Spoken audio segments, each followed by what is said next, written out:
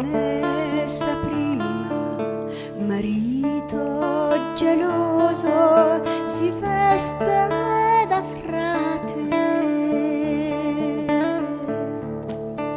si veste da frate, poi va a confessarla. O ditemi bella i vostri peccati,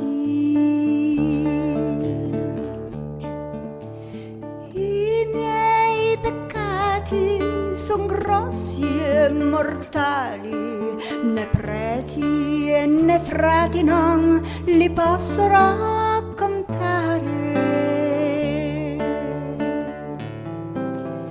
Ditemi bella che figlia voi siete, se non me lo direte all'inferno andrete.